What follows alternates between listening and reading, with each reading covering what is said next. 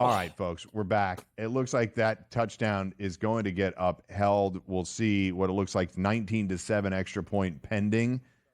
But a wild play. Josh Allen, Joe, you just said scrambling around for 7 seconds before he lofts it up and gets Ty Johnson to make a sliding, diving, sort of one-armed catch in the back of the end zone.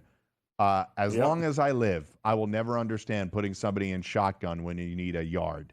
I won't understand it. They didn't do it. This team today didn't do it earlier today when they needed a yard, and they pushed Josh Allen for 3 yards. So on 4th and 1 from the 25, they go shotgun, and he rolls out and throws it to a running back in the back of the end zone. They might win, They might get this touchdown, and they might win going away in this game, but I will not understand that one. No, I don't. 24 yards, you needed 1, and I don't understand what they're trying to do. But we're talking about a 30-minute time of possession here, Mike, to 11 for Denver. I mean, 21st downs to 9. Good. I mean, 4th down, 5 of 10, 2 of 2 on 4th down, 7 of 12 on 3rd and 4th down.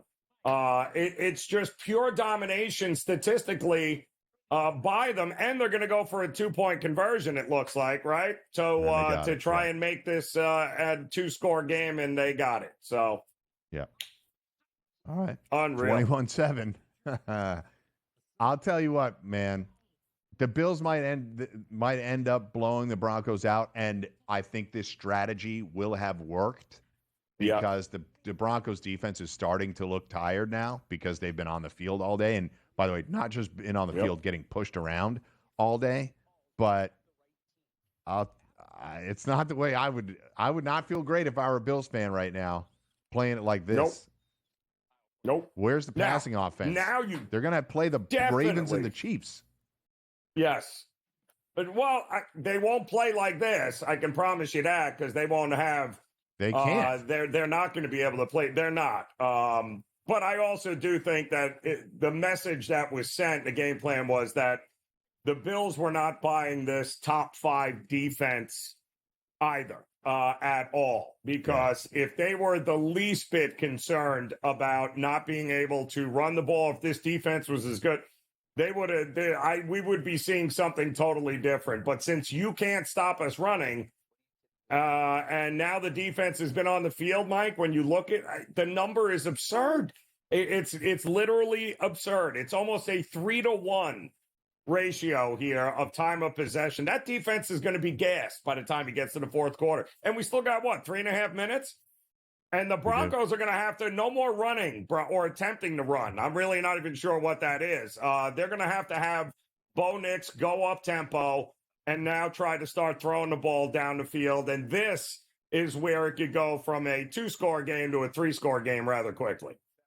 Yeah, and the Bo Nix stats on the year, completed 66% of his passes, 29 touchdowns to 12 interceptions. Obviously, he had a fantastic rookie season. In his last,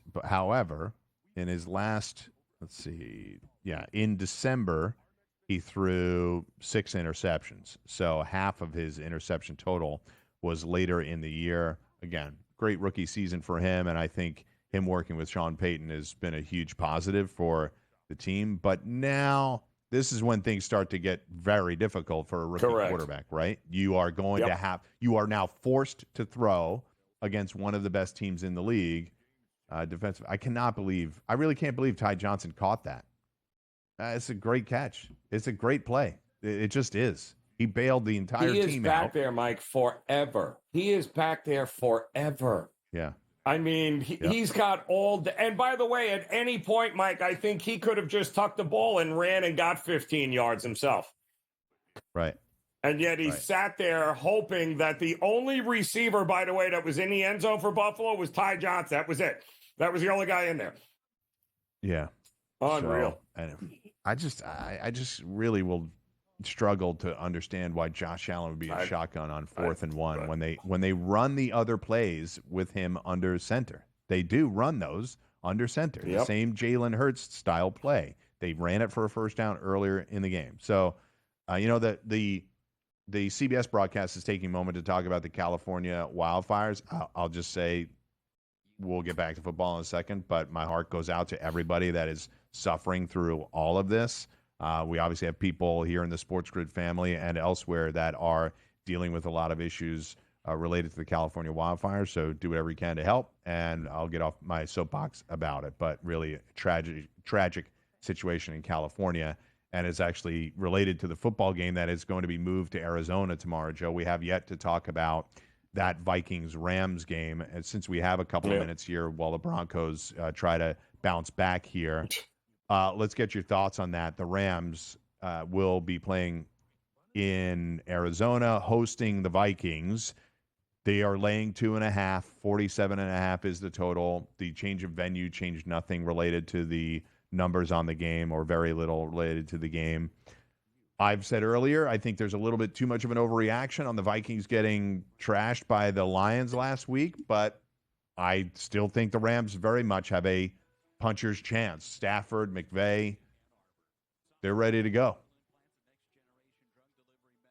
Yeah, I think, and listen, there's been a lot of people all year, Mike, myself included, have been waiting for maybe the luster to kind of wear away from Sam Darnold. And I think what we saw last week was an offense and a quarterback that starting to show its cracks a little bit here. And it's, styles make fights, right?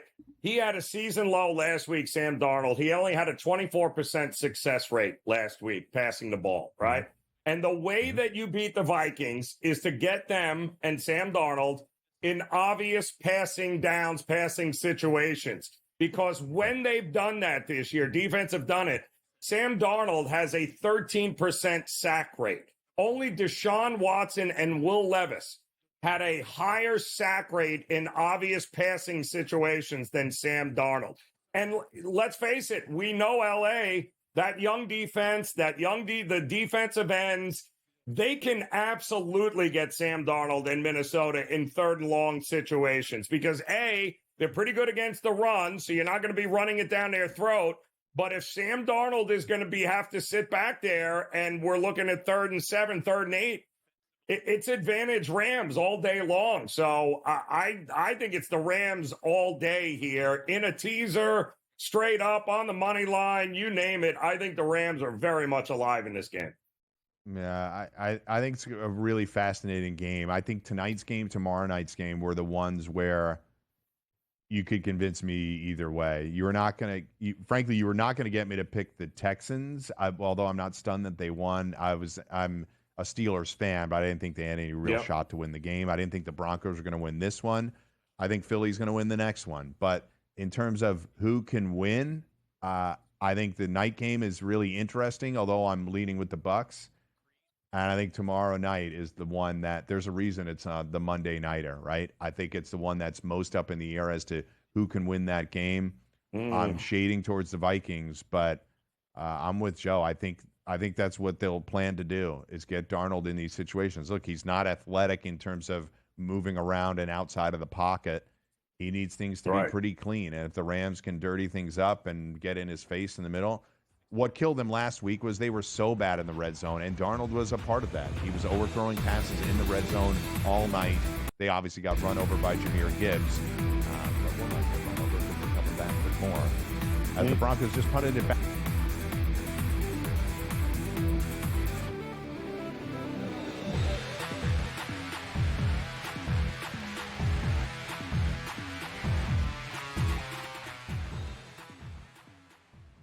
So my team didn't win this weekend, but I still did with this app that's taking over the game. Sports Millions Pick'em lets you make quick and easy predictions. Pick your favorite players, go higher or lower, and you can still win big even if your team loses. Plus, the multiplier is insane. With just a few picks, you can win big money. So get on it. They've got a welcome bonus to help you start off your winning streak.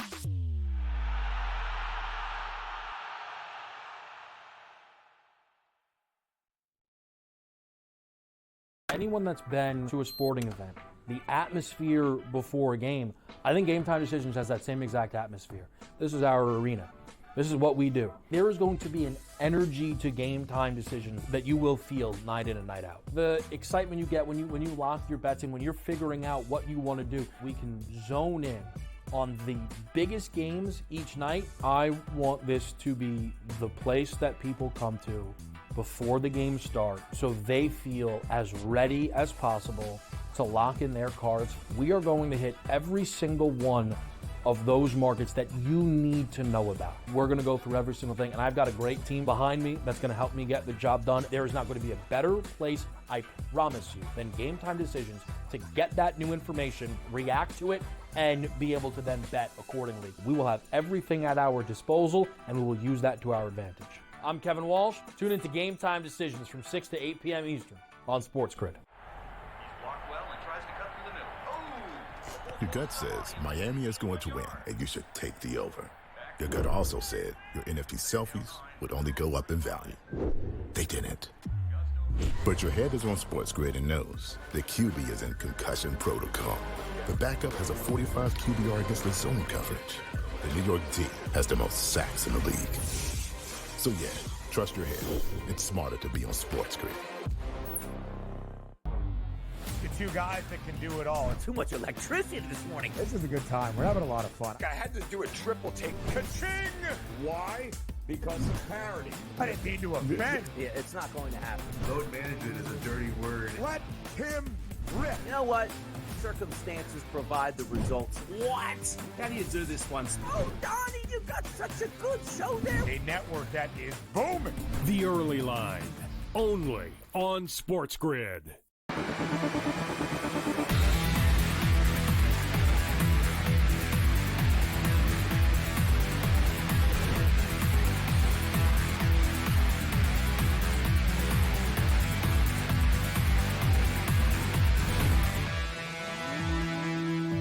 What's going on, folks? Mike Blewitt and Joe Raineri here on the grid. Broncos had to punt it back to the Bills. Bills will be in third down, and they'll take this one to the fourth quarter, 3rd and 6 at midfield of their own 45-yard line or so. I was just doing a little quick math here because the Broncos have 0 points since the first 2.5 minutes of the game. An explosive play to Troy Franklin. They have run 26 plays since, Joe. They did miss a field goal. That is, I'm going to do the math live here. 36, 96, and 4. 96 and 4. Oh, so there you go. Right on the money. Since those first 2.5 minutes, since the Troy Franklin 43-yard touchdown catch, which came with 2.5 minutes into the game, the Broncos have run 26 plays for 100 yards. 0 points. Not good. And what's crazy, Mike, is we haven't had a turnover in this game. Not one turnover. I know. So it's been a clean game, but and I think what we're starting to see here with the Denver Broncos is that they won 10 games this year, Mike. Congratulations, hell of a year. But boy, did, the schedule help you a lot. And it also gave people, top 5. Does this look like a top 5 defense to you here, Mike? Because we've seen top 5 defenses. We saw one last night in Baltimore, who people seem to keep thinking like that Baltimore defense is like what it was through the first 4 games of the year where they were still trying to figure some things out. That's a top 5 defense. This is not a top 5 defense. This is a defense that took advantage of a lot of very weak offenses throughout the season. Kudos to them. But this is not a team that is ready to take that next step in the playoffs here this year on the road in Orchard Park. I'm still scratching my head a little bit on the Denver love coming into this thing. They have no running game. They have no linebackers. Linebackers getting run over by running backs by Buffalo all game here, Mike. I mean, how did they stop the run at all against good teams? Oh, that's right. They didn't. That's the problem. This is a good team. Yeah. This is not a great defense against a good team. They obviously have players like Zach Allen up front that create a lot of pressure. They have Surtain on the back end that is able to cover when they're anybody. In front. When they're playing from in front. Yeah. That's right. Different thing. So to Joe's point of this being a clean game, there's only 8 penalties called so far and through 3 quarters. The Bills are dominating time possession 31-13. They've run for 173 yards, the Bills have, through 3 quarters, just 53 on the Broncos side. They have not run a play in the red zone yet. The Broncos haven't. I think they've run very few plays across on the Bills side of the field, Joe. I mean, maybe 7 or maybe 6 or 7 plays on the Bills side of the field. So, the last few drives, three plays, -1 yard, 3 plays for 5 yards. That's it in the second half. So in the second half, oh, there you go. Explosive play for the Bills. Man, I haven't seen. Oh, touchdown Bills! I haven't seen Curtis Samuel's name called in a long time. So on 3rd and 6, they run exactly the play they want coming out of the fourth quarter break, and that's going to be it. 28-7, extra point pending. The stats are going to look much better now, Joe. But you and I are going to be wondering. I mean, maybe they played it right. Maybe we're just sitting here kind of perplexed by what was taking so long, but they clearly wore the Broncos out, and they've hit a couple of explosive plays. But it will definitely hinge upon the fact that Ty Johnson caught that touchdown pass. That was a 4th down play, and it could have been 14-7 with the Broncos getting the ball back. That Ty Johnson play is the play of the game right now. It really was, because that would have been a totally different situation. But once again, the defense of Denver, unfortunately, couldn't get the stop. And a quick 3 and out by the offense doing the defense no favors. And the 2 guys in the secondary for Denver, Mike, is it me or did it look like they just had no interest in trying to stop Samuels whatsoever? They overran him. And then just kind of like, oops. I mean, what was that? That was just awful. Absolutely awful. But 55-yard touchdown pass. Yeah. But you got to take the shot, right, Mike? Buffalo, there you go. Take the shot down the field. And you did, and look what happened. Amazing. Yeah, that was 3rd and 6 from their own 45-yard line. They got a look that they liked. Samuel was wide open, streaking across the field, and then just cut it back. And like Joe said, kind of ran past the defenders, a couple of arm tackles that he ran through, and easily gets to the end zone. So 28-7, we are – all right, the Bills are over their second half total of 14.5, so they're up to 18 points in the half. We could use another touchdown to get over the second half total here. I don't care who provides it, but that'll be the deal. You think if James Cook was busy in the first 3 quarters, wait till you see what they do now with a 21-point lead and see if the Broncos can do anything. Again, in the second half, they have not done anything offensively, and the Bills are just really leaning on them big time. So 3 plays for 5 yards, 3 plays for -1 yard. That's their second half possessions, and we're already in the fourth quarter. All right, the live lines, let's go to it. They are now, Bills, laying 20.5. It's been a minute since we checked in on that. 20.5 points, so nearly 3 touchdowns. 45.5 is the total. So we're getting back to that water level, Joe. We now have 35 points in the game, and while it was low scoring for a period, a couple of explosive plays by the Bills to get in the end zone, and it's a different look on the total. Yeah, no, it's a totally different look on the total here. With again, what do we got? 35 points. There could be an empty netter or 2 here, and judging from how long this defense for Denver has been on this field here, it would not shock me if Buffalo's got one more in them, because Buffalo's just going to hand the ball off left and right. Wouldn't shock me if they break another one off here. Yeah. Honestly, the Bills could run the ball a couple of more times and throw another play action at the Broncos, and I think they'll break a huge play. Yep. I think the sun is setting on the Broncos season, much like it set for the Chargers and the Steelers yesterday. They'll see if they can bounce back with a touchdown right here.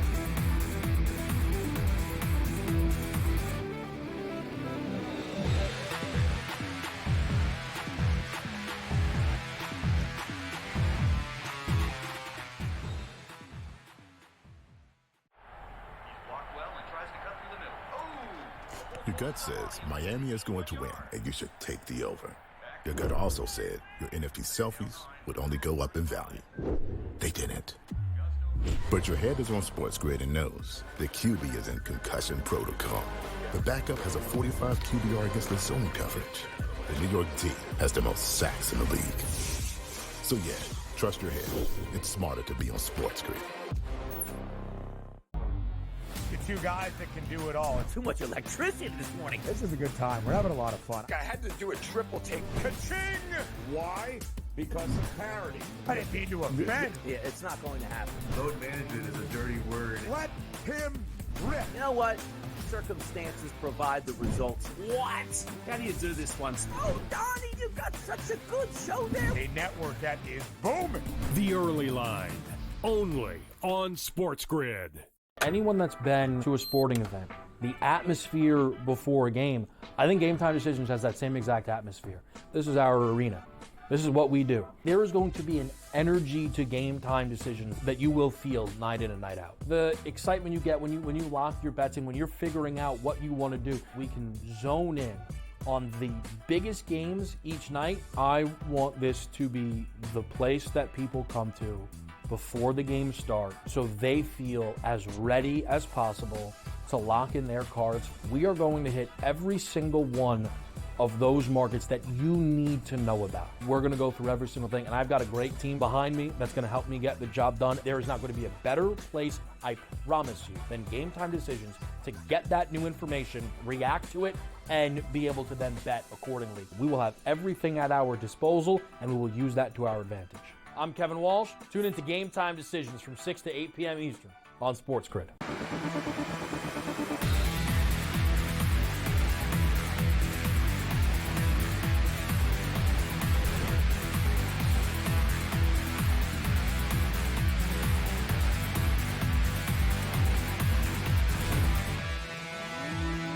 All right, Broncos come out with a different look here, going up-tempo. Bo Nix running on a couple of different plays and throwing downfield.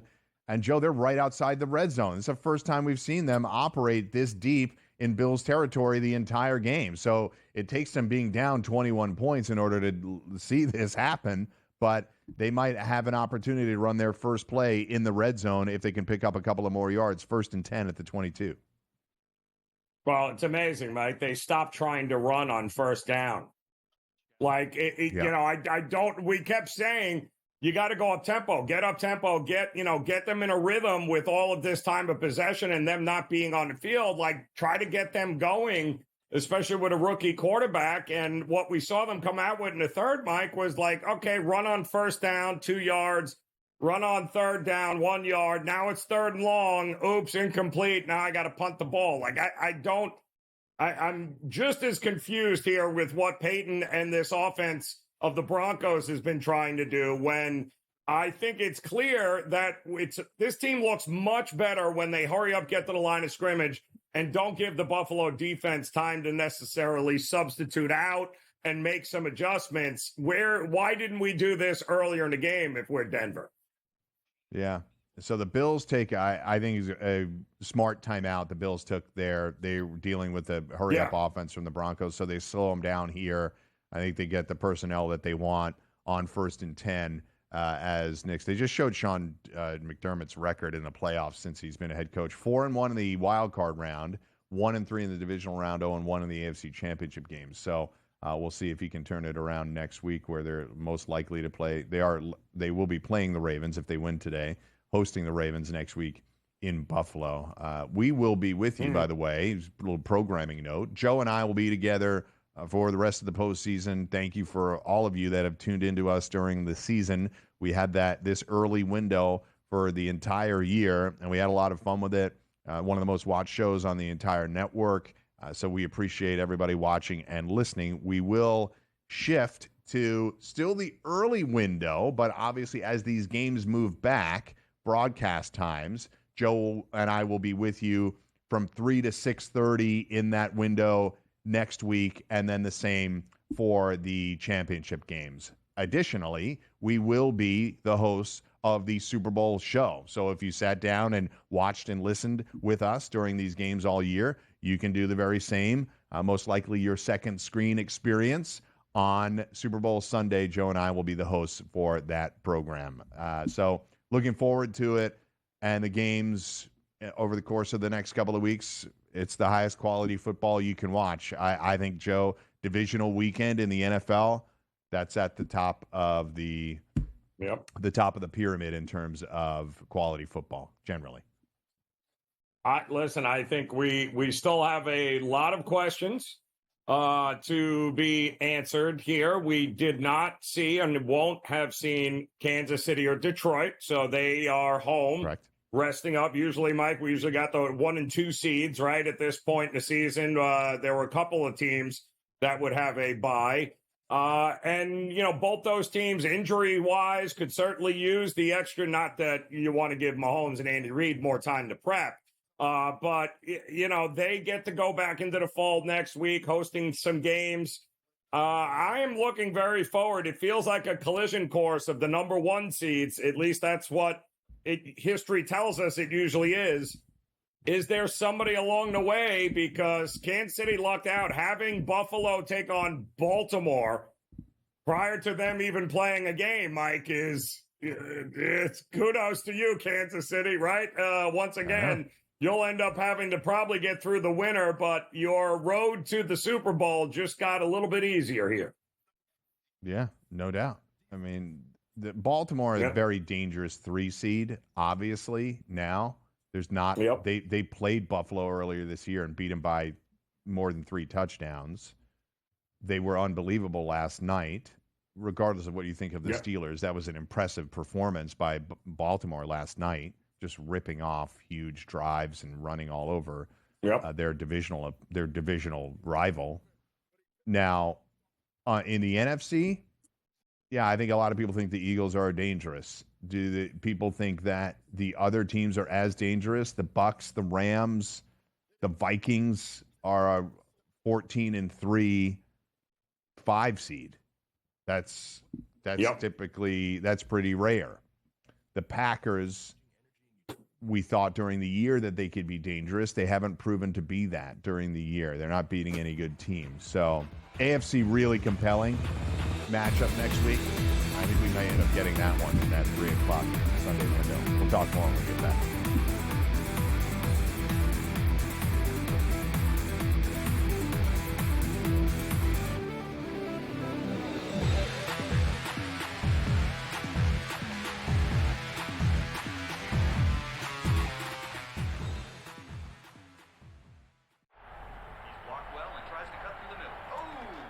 Your gut says Miami is going to win, and you should take the over. Your gut also said your NFT selfies would only go up in value. They didn't. But your head is on SportsGrid and knows the QB is in concussion protocol. The backup has a 45 QBR against the zone coverage. The New York team has the most sacks in the league. So yeah, trust your head. It's smarter to be on SportsGrid. The 2 guys that can do it all. Too much electricity this morning. This is a good time. We're having a lot of fun. I had to do a triple take. Ka-ching! Why? Because of parity. I didn't mean to offend. Yeah, it's not going to happen. Load management is a dirty word. Let him rip. You know what? Circumstances provide the results. What? How do you do this one? Oh, Donnie, you got such a good show there. A network that is booming. The Early Line, only on SportsGrid. Anyone that's been to a sporting event, the atmosphere before a game, I think Game Time Decisions has that same exact atmosphere. This is our arena. This is what we do. There is going to be an energy to Game Time Decisions that you will feel night in and night out. The excitement you get when you lock your bets in, when you're figuring out what you want to do, we can zone in on the biggest games each night. I want this to be the place that people come to before the games start so they feel as ready as possible to lock in their cards. We are going to hit every single one of those markets that you need to know about. We're going to go through every single thing, and I've got a great team behind me that's going to help me get the job done. There is not going to be a better place, I promise you, than Game Time Decisions to get that new information, react to it, and be able to then bet accordingly. We will have everything at our disposal, and we will use that to our advantage. I'm Kevin Walsh. Tune into Game Time Decisions from 6 to 8 p.m. Eastern on SportsGrid.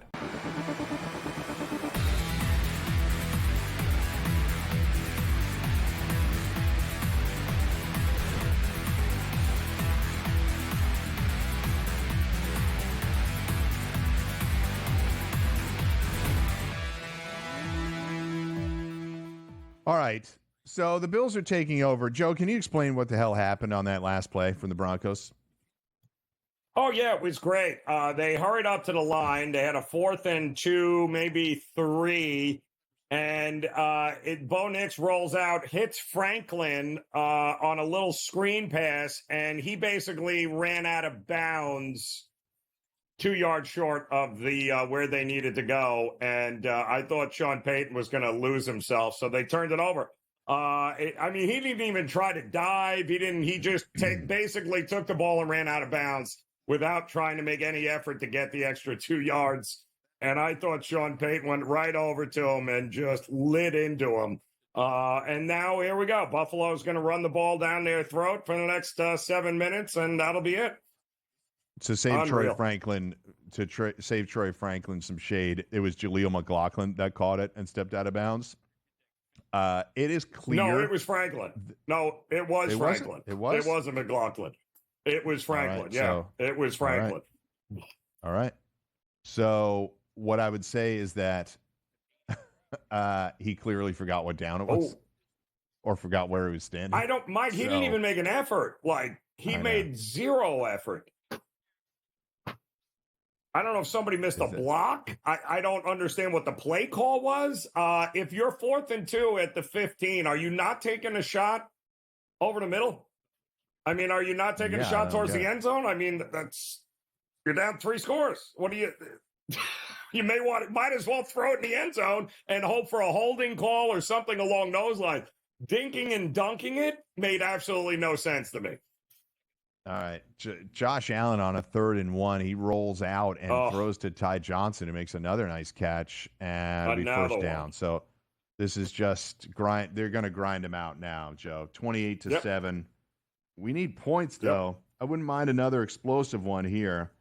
We need a touchdown. Obviously, there's plenty of time left for garbage time, but I don't want to see a 9.5-minute Philadelphia-style let's kneel it out at the 1 yard line to kill the clock. But the Bills are going to try to do that right now. That's correct. I don't think they have a choice, right? I mean, that's now you're just going to keep away. Move the chains, keep it running. But the Bills did lose Davis, which I think is not great moving forward, because he was a pretty big part of what they've been doing. He was a great change of pace back there between him and Cook. And we don't know. Obviously, he's been ruled out for the game with the head injury, but I'm wondering what that might mean for him moving forward. Johnson's done a great job of stepping up, but, man, having Davis and Cook available, that's especially against the teams they're going to have to beat if they're really going to make a run at this. Yeah. All right, here's Khalil Shakir picking up a bunch of yards. Another 3rd down for the Bills here. Everything locked on my board at the moment. I'll update you when the numbers come back. We'll start to look as this game starts to wind down. We'll take another look towards the Philly and Green Bay games, and then the Green Bay game and the Washington and Tampa Bay Bucks game. So just under, are we getting at the 8-minute mark? Yeah, we're going to be right at the 8-minute mark when they snap this one on 3rd and 4. Khalil Shakir, another first down. There you go. Yep. I mean, come on. Unreal. Yep. And they're throwing, too. They're not afraid to throw it. And that one was what a catch. That's Dalton Kincaid. He threw a bomb, too. Yep. They're not afraid to get after it. So they're going to be in scoring position here. They'll try to take some time off the clock. But I think at this point, I don't know if the Bills are going to be fancy about it. I think they might just try to put no, he didn't catch it. That hit the ground. No, that hit the ground, didn't it? That did hit the ground. Oh, they snapped it, though. They snapped it. Oh, that's unreal. No replay. How does replay assist not come in there? Challenge. I agree. Wow. He did not catch this. That ball hit the ground. Absolutely it did. That's what I'm saying. Replay assist didn't come in, huh? It's down by his gut. It's down by his stomach. He dropped it.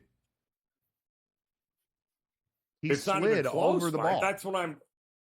Yes. Yeah. That's why I'm laughing that they didn't. That's an incomplete pass. It's not debatable. He dropped it. Yep. It was a tough catch. I'm not blaming him for it, but all right. So no replay assist, no challenge. The Broncos didn't really have time because the Bills ran down the field and snapped the ball. But if I'm Sean Payton, I don't know. Does it matter? It's all academic at this point. James Cook over 120 yards on the day, 23 carries with that touchdown. We're still locked in terms of a line. Let me see if I can get something for you. There we go. 23.5. The total is 42.5. So, geez, right back to where we were. 42.5 on this one. Where did they play that, Mike? Where did they play that first go around? Buffalo, Baltimore. Was that in Baltimore? Double checking right now. Pretty sure it was in Baltimore. I'm trying. It was in Baltimore. Okay. 35-10. It was a Sunday nighter. Sunday night game. Yes, I remember at M&T Bank Stadium. Yep. The Ravens had a 21-3 lead. Derrick Henry had that 87-yard touchdown run. He had another touchdown in the first half. Justice Hill had a 19-yard touchdown catch. And then in the second half, they traded touchdowns in the third quarter before Patrick Ricard recovered a fumble in the end zone. Fumble. I don't remember that play. And it was Josh Allen, I believe. 10. It was Josh Allen who fumbled it. Yes. Yep. Yes. So, all right, here we go. 2nd and 10. Bills, what happened there? Timeout? Who's Bills? the favorite? Who's the favorite, Mike? Good one, Joe. Got to be. Right? Bills by it 1. Ain't a pick 'em. Pick 'em? It's Bills by 1? It can't be Bills? a pick 'em. Not in Orchard Park. No way. Bills 1.5. Bills. Is that what the line's going to be? I'm thinking 1.5, 2, something along those lines. Because Buffalo being actually, we can find out what the line was in that first go around with Buffalo. Who I think was. I'm looking at hypothetical right now on FanDuel. You get a hypothetical matchup. It's exactly what we said. 1.5 Bills. Well, 51 they'd and a half have to total. be a favorite. Yeah, they'd have to be a favorite. Yeah.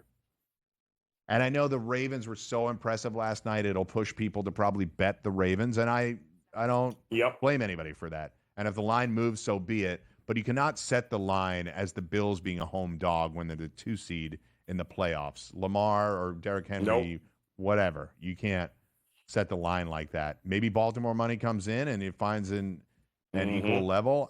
People are going to look at these 2 games and influence them. But again, as Joe and I had a lot of consternation about what the Bills were doing, they haven't allowed a point since the first 2.5 minutes. And they have a 21-point lead, which may go up to 28. So they are blowing the Broncos out. There just was no style points in the first half. We were just curious as to why they were playing it that way. But clearly in the long run, Sean McDermott's going to have the last laugh over us. Yes. Yeah. It doesn't look like McDermott very happy with his defensive coordinator either. They were just exchanging some words on the sideline there. So, but I'm kind of shocked that anybody even really thought that that's got to be a first down, is it not? Did he catch that? First and goal. Kind of late hit on Josh Allen. Somebody hit him in the head. Oh, well, that's one way to try to stop him. No. Mac Hollins with an unsportsmanlike. So they get down to the 2-yard line, and Mac Hollins pushes them back to the 17. Come on, man. I need a touchdown here. What are we doing, Mac? I have no idea what we're doing there. Wasn't he the one that laid the hit in the first half on the punt on Mims? Yes. And then they got Mims to retaliate? Yes. All right. How was Mac that Hollins, not a personal come foul? on, buddy. I don't know. Oh, he stepped over. Yeah. All right. A little flourish at the end there by Mac Hollins. We'll be back with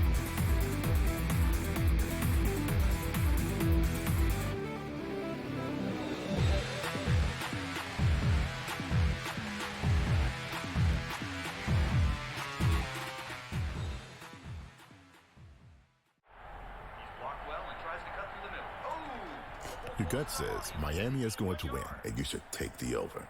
Your gut also said your NFT selfies would only go up in value. They didn't. But your head is on SportsGrid and knows the QB is in concussion protocol. The backup has a 45 QBR against the zone coverage. The New York D has the most sacks in the league. So yeah, trust your head. It's smarter to be on SportsGrid.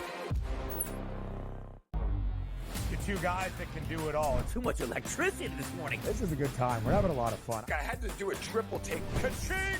Why? Because of parity. I didn't mean to offend. Yeah, it's not going to happen. Load management is a dirty word. Let him rip. You know what? Circumstances provide the results. What? How do you do this once? Oh, Donnie, you got such a good show there. A network that is booming.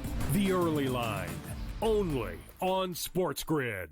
Anyone that's been to a sporting event, the atmosphere before a game, I think Game Time Decisions has that same exact atmosphere. This is our arena.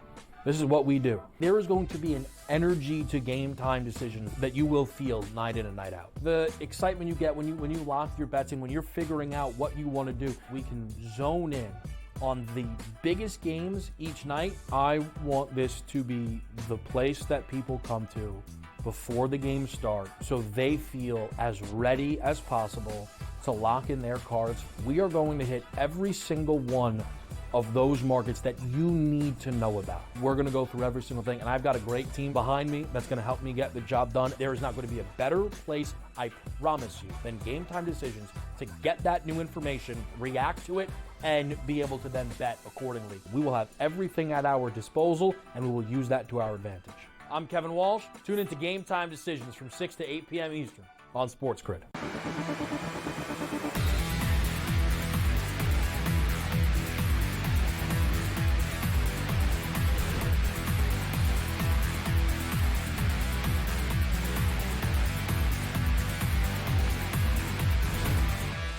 Okay, we are back. We'll be here with you right up until the kick of the Eagles-Packers game coming up in just about 35 minutes or so. Is that right? No, 40 minutes. Here's Josh Allen throwing to the end zone, incomplete, 28-7. Bills holding a lead. They get all the way down to the 1-yard line. Matt Collins, 15-yard penalty for unsportsmanlike conduct. He stepped over Patrick Surtain in a sort of Allen Iverson way that he stepped over Ty Lue so many years ago. Just stepped over him. Officials didn't like it. 15 yards. Ensuing play, illegal shift. So instead of first and goal at the 1, we are 2nd and 15 at the 25 right now. So not ideal. And we're hunting for overs here, folks. We need at the 23, and they run the ball, of course. So this is going to lead to a Tyler Bass field goal, which is not what we wanted. And I need Bo Nix for a garbage touchdown. That's what I need. This is unbelievable. And there's no guarantee you're going to get that too. But I agree. They've scored no points since the Troy Franklin touchdown. That's correct. That's correct. And what's really interesting too is that I'm not sure why they were even trying to throw. I mean, every time they've gotten into the red zone earlier in this game, it was, they were throwing the ball. They were running the ball left and right and trying to, and then they'd get stopped. And now they're up 3 touchdowns and they're trying to throw the ball into the end zone here. So head scratching around the way. But Ty Johnson, by the way, is going to turn out to be, was it Green Bay? He helped couple of years. When was it? Was it Ty Johnson was with Green Bay and with Aaron Rodgers, and he was actually a pretty big part of one of their runs too, as well. I mean, he's been there before too, and he has stepped up in a big way for this team.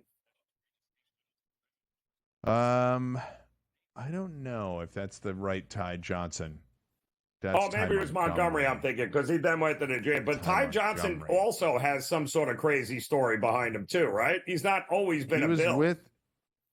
He was with the Jets. He was with the Lions. So he's kicked around a couple of teams. Yep. He is now in his 6th season. Yeah. Yeah, he hit the Jets and the Lions in the same year in the COVID and the Lions, year. So he was with the Jets a couple of years ago, but Bills for the last 2 seasons, and he has the play of the day so far, a touchdown catch on 4th down when it was 14-7 on 4th and 1. Josh Allen on a broken play threw it to the back of the end zone. Ty Johnson made a sliding, diving catch. What are they doing on 4th and 8? Why are we using all of our timeouts? I have no idea. Everybody, no, there's no timeouts left. We got 4 minutes left. None. What is happening? That's correct.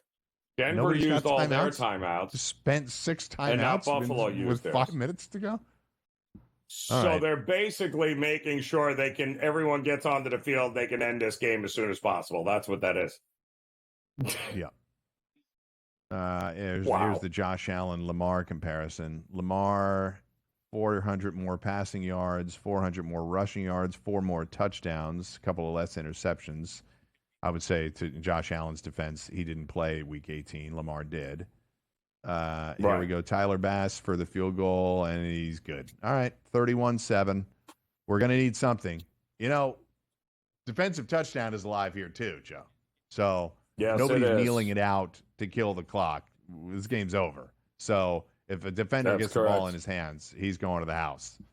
So, all right.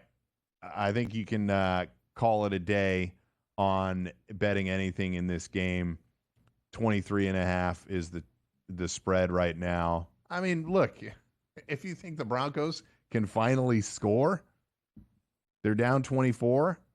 The spread's 23.5. Yes. If you think they can put points up, then you bet the Broncos because the Bills will not. The Bills will just kneel it out. 38.5 is the total. We're at 38. So the assumption right now is, can the Broncos score any points? They're not going to kick a field goal. They're only going to go for a touchdown. And that's it. So let's turn our attention over to Philly and Green Bay. That one, 5.5 right now, Joe. Green Bay plus 194 on the money line. 45.5 is the total. We've talked about it a bunch throughout the day. Saquon Barkley led the NFL with 2,005 rushing yards during the regular season, the 8th most rushing yards in a season all time. With 472 more, he can pass Terrell Davis for most all time in one season. The reason I bring that up is because I think people have expectations on Saquon Barkley and to keep advancing. So 472 yards. He has, 100 whatever today. Next week, does he get a victory? Do we go to the championship game? Saquon, before he gets to the Super Bowl, if they're racking up big games, could pass 472 yards. I know we typically don't talk about yardage records in that context, but it's interesting to see that Terrell Davis has the top 2 seasons of all time because he was running through the playoffs and running to Super Bowl championships. Yeah. This is going to be a very interesting one here, Mike. I'm still seeing, it looks like money's still pouring in on Philly. I saw it hit 6 at some spots here too as well, Mike, which I think is interesting because that was 3.5 before we knew Jalen Hurts was going to be available. Then Jalen Hurts is going to be the quarterback, and it's been all Philadelphia all day long. Low total, too, right? 45.5, 46 in this one here, Mike? Yeah. Does it feel like a sneaky over? I mean... I would be interested in doing a Philly over tease. Team total? Get me that total. Give me that total. Well, I'm saying get the total into the 30s, and I think we'll get there, right? That's what I'm saying. But a Philly team total as well. I think the Philly team total. I agree. Because we said it a bunch of times. We talked about it on Friday. We talked about it today. We talked about it with Dave. It's a slim range of outcomes, but I think that the way for Green Bay to get the victory is to push the ball downfield, not ball control. Correct. I just don't think that plays into their hands as well. And I just think that that range of outcomes is too small. I think Phillies can score the points and Green Bay won't. All right, we'll close out this game after this.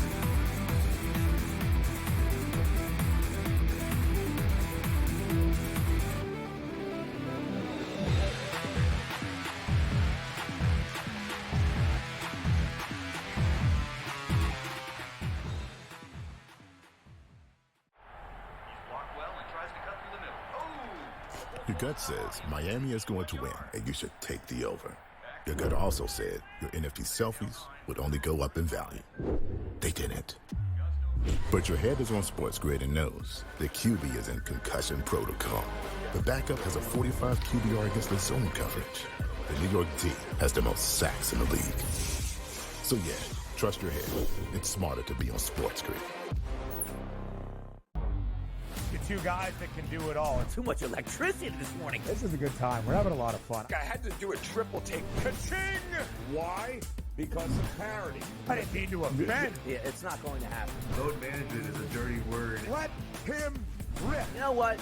Circumstances provide the results. What? How do you do this once? Oh, Donnie, you've got such a good show there. A network that is booming. The Early Line, only on SportsGrid. Anyone that's been to a sporting event, the atmosphere before a game, I think Game Time Decisions has that same exact atmosphere. This is our arena.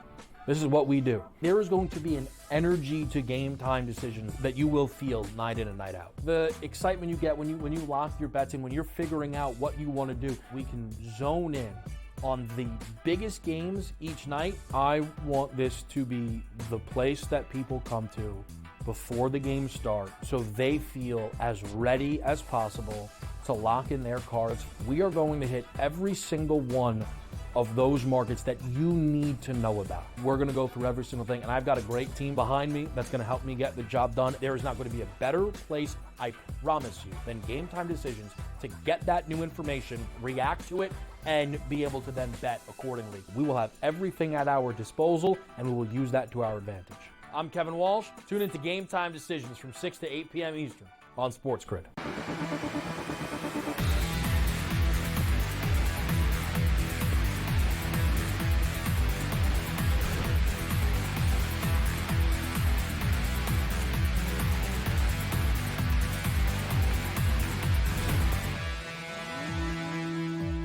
All right, all over but the crying. Bo Nix on 4th and 17 throws up a desperation pass. Diving interception by DeMar Hamlin. How about that? So it's been a hell of a comeback for that guy. Life comeback, football comeback, and everything else. I hope he caught this. Did it hit the ground? I can't see from that angle. But for now, he has the interception. No, he did not catch that ball. So it'll go back to the 20-yard line, which could help some bettors that need a second half total. There's no way he caught that. He did not catch that. Right, Joe? Unless his hand's under it. I don't know. I can't tell from that angle. That's the whole, was his hand under it? Yeah, it looks like his hand's under it. So I don't know. It's so hard to tell from the angles that they're giving us. So if his hand's under it, Mike, I don't think it's brutal. Incomplete. But DeMar is so shocked, funny that that's incomplete. But Kincaid right. is the Dalton Kincaid's Kincaid catch was is the explosive play of the game that the Bills just run up and snap it. They can't do anything about it. You know, there's no way. Yeah, all right. There's no way that they're ever going to take a play off the board that just happened, right? Be like, well, you guys snapped it too quick. They can't do that. But it is kind of hilarious to me that they can't say, hang on 1 second. Replay assist is taking a look at this like they do in college. We're going to take a look at this one before we let you snap it. You can't go to him and hurry up now because there's a question about the outcome of the play. All right, let's see if the Broncos can get a stop. They are not. Well, they have Trubisky in, first of all. Yeah, they got Trubisky in. So that's let Mitch throw it. Let Mitch throw it. Come on, Mitch. Let Mitch cook. Yeah. We just need an explosive running play here, maybe. Josh Allen finishes 20 of 26 for 272 and 2 touchdowns. Let's see his running. He did get over his total, 8 carries for 46 yards. He passed Lamar Jackson, right, for most quarterback postseason rushing yards. Is that right, Joe? He passed Lamar? That's correct. Yep. Career. Yeah. So and then they'll play each other next week, right. which they're just handing it somebody back and forth. will take advantage. Yep. Yep. All right. And now they've got the 2-minute warning on a 1st down and 10 from the 10 here, Mike. But I can't imagine they'll be doing. Yeah. They kneel it because nobody can stop the clock, right? And I think that's why they did it. Correct. That's it. So that'll be it. Yep. 4 of the 8 offensive drives today, and keep That's in a mind, killer. Denver had 8 offensive drives today. 4 of the 8 drives did not get 1 first down for the Denver Broncos. Terrible. So half of their possessions today couldn't even yield a first down. Crazy. Yeah. Second half. Let's do the second half ones again. 3 plays, 5 yards. 3 plays, minus 1 yard. 8 plays, 61 yards. 4 plays, minus 7 yards. Yep. Not good, folks. Not good. Bills defense. We did talk about it at the top of the show. The Bills defense, better situation, better place than they were a year ago. A big part of the personality of this team. They did put up 31 points, so we bitched about the offense for 3 hours, but they're going to end up with 31 points. You peel a couple of layers of that onion back, it's not as pretty as the 31. Kind of a crazy play to score that 1 touchdown, and they did get a gift on the Dalton Kincaid catch, but nonetheless, they won going away. They weren't threatened. The Broncos did not threaten to score after the first 2.5 minutes of the game. They missed a 50-yard field goal after a prevent hurry-up situation at the end of the first half, but that's what it is. When we come back, we'll take a look at some of the Green Bay and Philly props, see which ones we like. Obviously, you have a player like Saquon Barkley is going to be the feature of the offense, and his rushing prop over 100 yards. On the flip side, Josh Jacobs at 71. Some receiving props to take a look at. You've got big players in here like A.J. Brown and Devontae Smith and Jaden Reed. No Christian Watson today, obviously, with the torn ACL. Sadly for him, his season is over. But does Romeo Doubs become a bigger part of the offense? Does Dontavion Wicks pick up some of that slack? I think that's something we're all going to be curious about. And then, obviously, the quarterback battle. Jalen Hurts at 212.5, Jordan Love at 218.5. Passing touchdowns, 1.5 for each. Do you like either of them? Jalen being hard to the under on that one, on 1.5. Yep. Joe and I will be back with hour number 4 of NBA Live.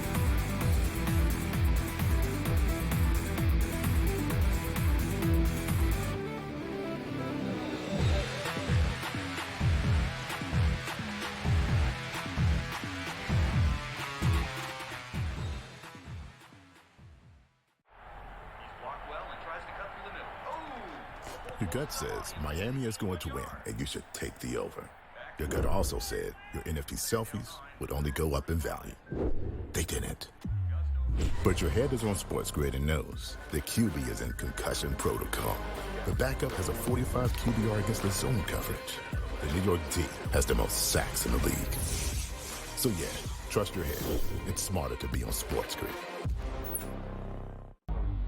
The 2 guys that can do it all. Too much electricity this morning. This is a good time. We're having a lot of fun. I had to do a triple take. Ka-ching! Why? Because of parity. I didn't mean to offend. Yeah, it's not going to happen. Load management is a dirty word. Let him rip. You know what? Circumstances provide the results. What? How do you do this one? Oh, Donnie, you got such a good show there. A network that is booming. The Early Line, only on SportsGrid.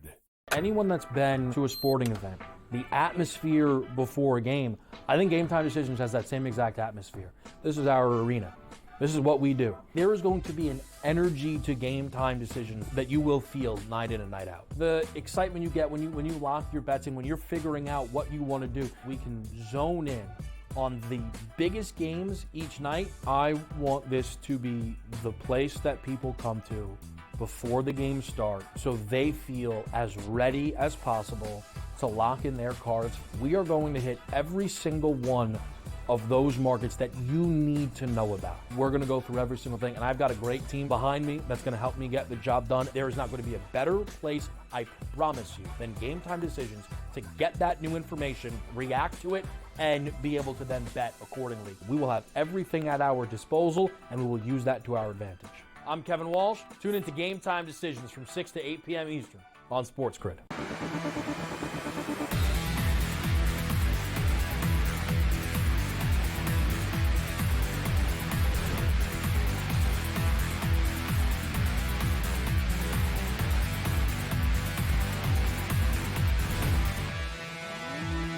right, that's it. So we sat here in the first quarter of the game when the Broncos scored, and you get the Bills -4.5. I hope you took advantage because they cleared that very easily, whether you had it pregame or in-game. Bills win 31-7. That game goes under the total of 47.5, and the Bills cover the 8.5-point spread very easily.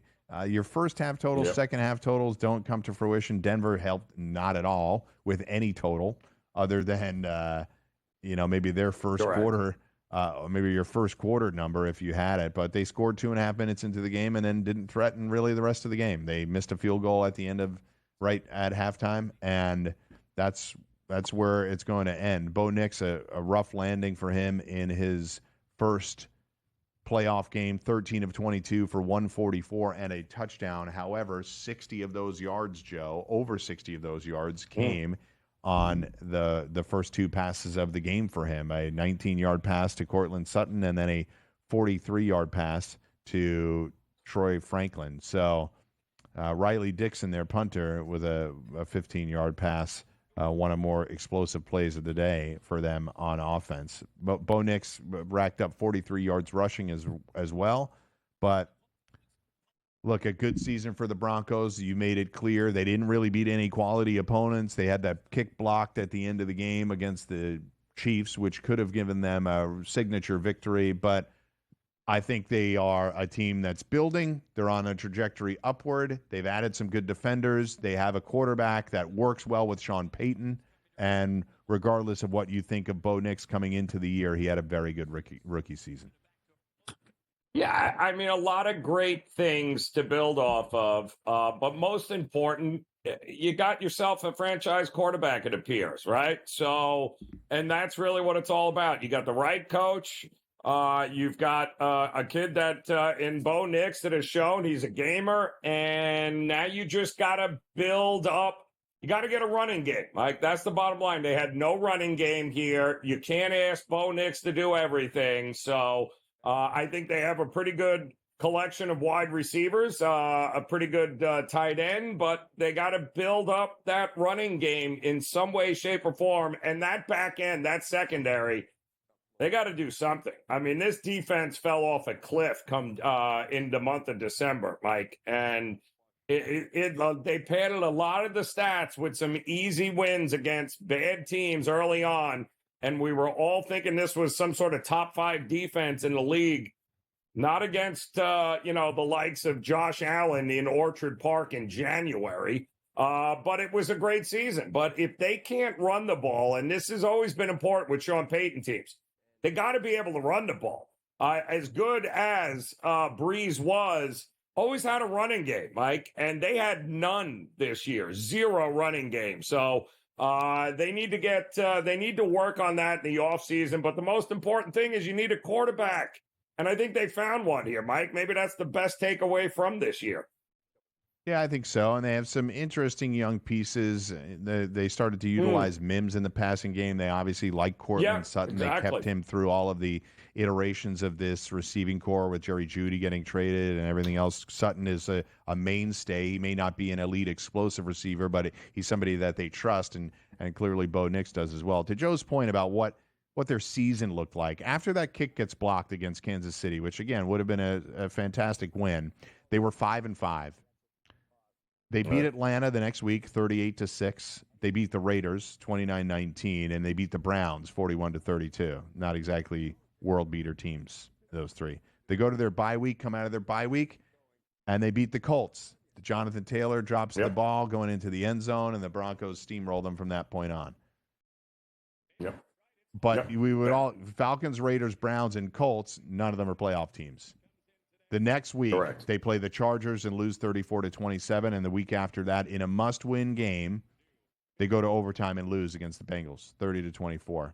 And then they get a laydown game against the Chiefs, 38-0, where the Chiefs played nobody.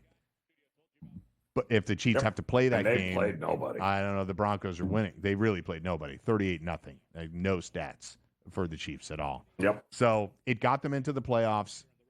Nobody's going to take that away from them, but I think we struggle really with the Steelers, the Chargers, and the Broncos, the three wild card teams in the AFC getting absolutely trounced, all three of them. And it still tells the story that we've been telling for weeks, is that I don't really even need to have a discussion outside of the Bills, Ravens, or Chiefs. And that remains true. Correct. Yep. It's very top heavy. We have said that in the AFC. I think the NFC is going to be way more interesting when it comes down to it. But ultimately, listen, Kansas City is going to beat Houston, okay? Great job yesterday, Houston, but there's levels to this, and Kansas City is going to be waiting for the winner of the Bills and the Ravens, and those two teams have to beat one another up now in order to be able to have the chance to take on the Kansas City Chiefs. So in Kansas City, they wanted that one seed, and ultimately, sometimes we shake our head at it and go, it doesn't really matter, but for Kansas City, their path became very, very easy. I think the Chargers, or at least I thought the Chargers would have been a division rival, a little bit more of a challenge for Kansas City if they were able to get past Houston, but it didn't work out that way. I don't think they'll have any problem dismantling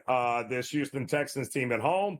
And hopefully, whoever wins, Buffalo or Baltimore, Mike, they win it unscathed. But something tells me that's going to be an absolute war in Orchard Park next week.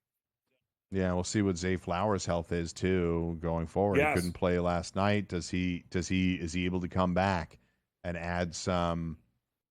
Nobody listening or watching. Look, anybody watching or listening to us is obviously a big football fan, and correct. Nobody watching or listening or anybody on this show would pretend to say that, well, if the Ravens play like that again, everybody knows if the Ravens continue to play like that, they'll just win the Super Bowl. Teams just don't play like that every week, not in the NFL. So they're going to need all of their available weapons. Mark Andrews, by the way, looks so much better than he did at the beginning of the year, Joe. We've seen this. He's obviously gotten healthier. He can make big plays, whether he's taking direct snaps or making big catches. He's in the mix. They get Zay Flowers back. Rashad Bateman caught a touchdown last night. I just think the Ravens are a real threat to the Bills next week, and it'll bum Bills fans out if they don't get another shot at Kansas City, but they may not get another shot at Kansas City. The Ravens are playing as good or better than the Bills are right now. Hard to gauge off of this week since they both blew out their playoff opponents.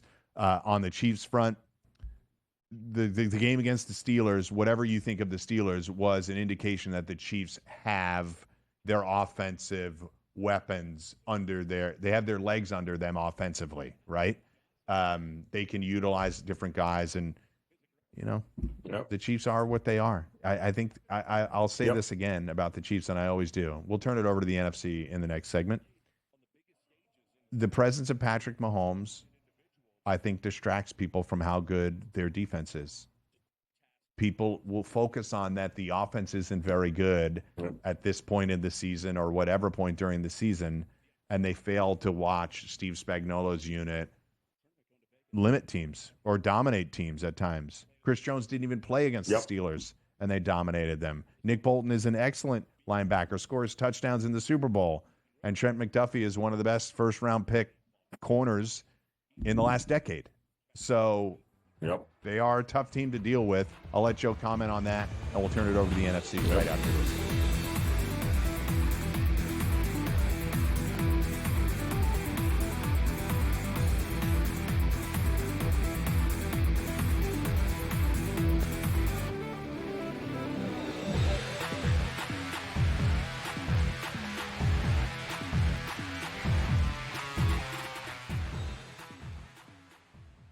So my team didn't win this weekend, but I still did with this app that's taking over the game. Sports Millions Pick'em lets you make quick and easy predictions. Pick your favorite players, go higher or lower, and you can still win big even if your team loses. Plus, the multiplier is insane. With just a few picks, you can win big money.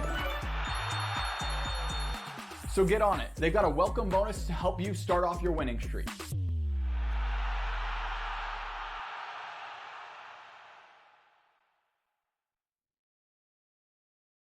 Anyone that's been to a sporting event, the atmosphere before a game, I think Game Time Decisions has that same exact atmosphere. This is our arena.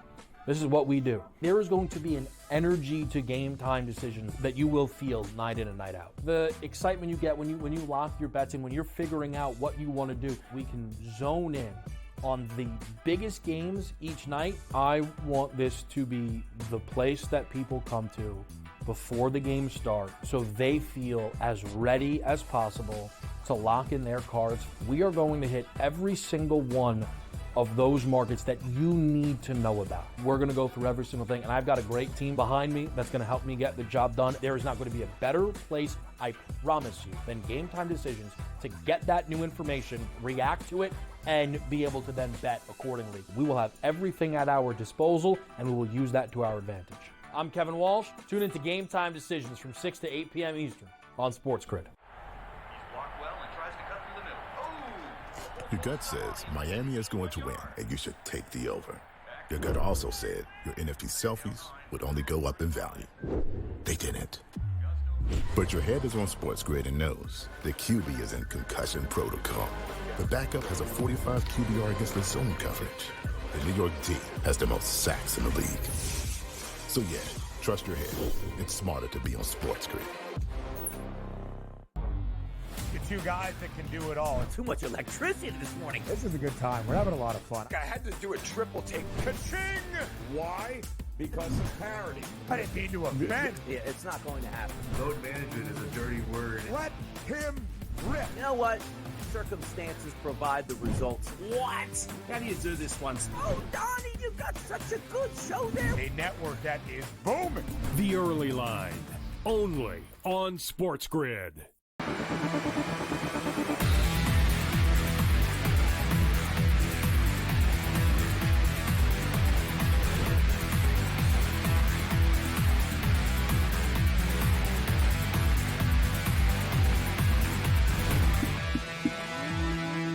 All right, it's our final segment here of the day. Thank you for watching and listening to us drone on about the Bills and Broncos for these last few hours. Hope you had fun on this NFL Wildcard Sunday. It continues, obviously, here on SportsGrid. We have Joe Madden, Scott Wetzel, and Adam Kaufman coming up for the Packers-Eagles game. It'll be an interesting one to watch, and we'll be with you tonight as well, where the Bucs take on the Washington Commanders.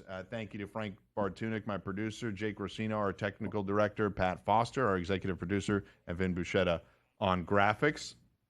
Thanks to Tom Vecchio for the halftime show and Dave Sharapan for joining us as our guest every week. We will be on next week, but move it back because the divisional round moves those games back, and we'll be kicking off at 3 o'clock as opposed to our normal 1 o'clock Eastern time.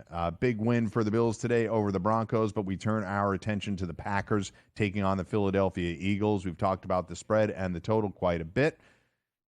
How about some props?